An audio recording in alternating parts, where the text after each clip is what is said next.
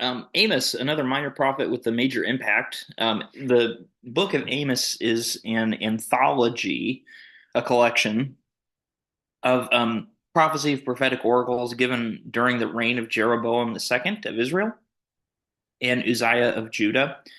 It's not yet the United Kingdom, so we're looking at 750 BC or so.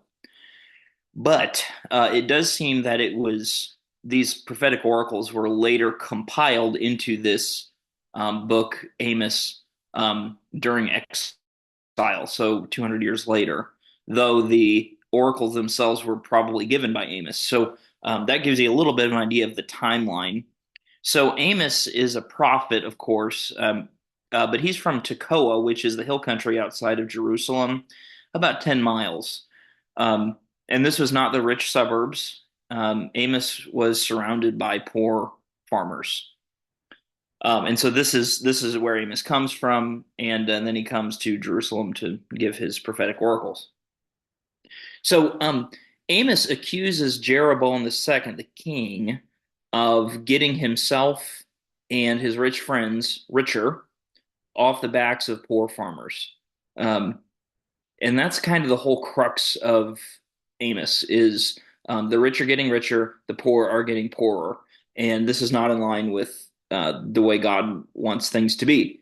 And he uses this image, you cows of Bashan, and Bashan is um, a place outside of Jerusalem, much like Tekoa. And he says, "Look at you, you're cows. You're just you're just go where the to whoever feeds you, and you're fat and fattened by it's kind of an economic metaphor, not physically fat, but fat in wealth, so to speak.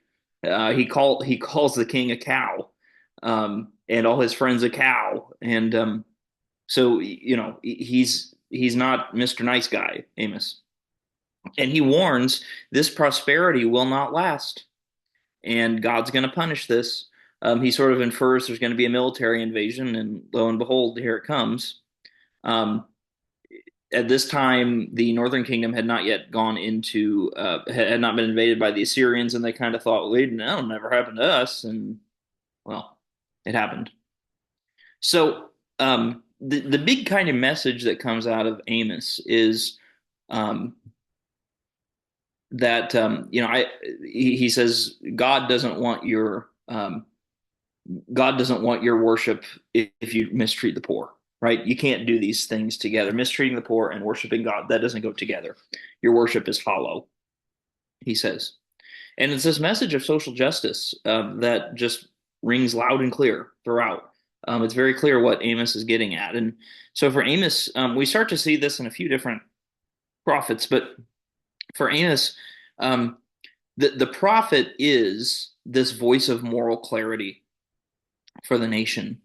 And we've seen that throughout history that you get a nation or a country or a group of people or whatever, and oftentimes they have a person or a group of people who are sort of a prominent voice of moral clarity. So I think of in Nazi Germany, Dietrich Bonhoeffer, voice of moral clarity. I think in the United States, Martin Luther King Jr., voice of moral clarity. Um, and that's kind of who Amos is in this time. So short book, but good book for us to read.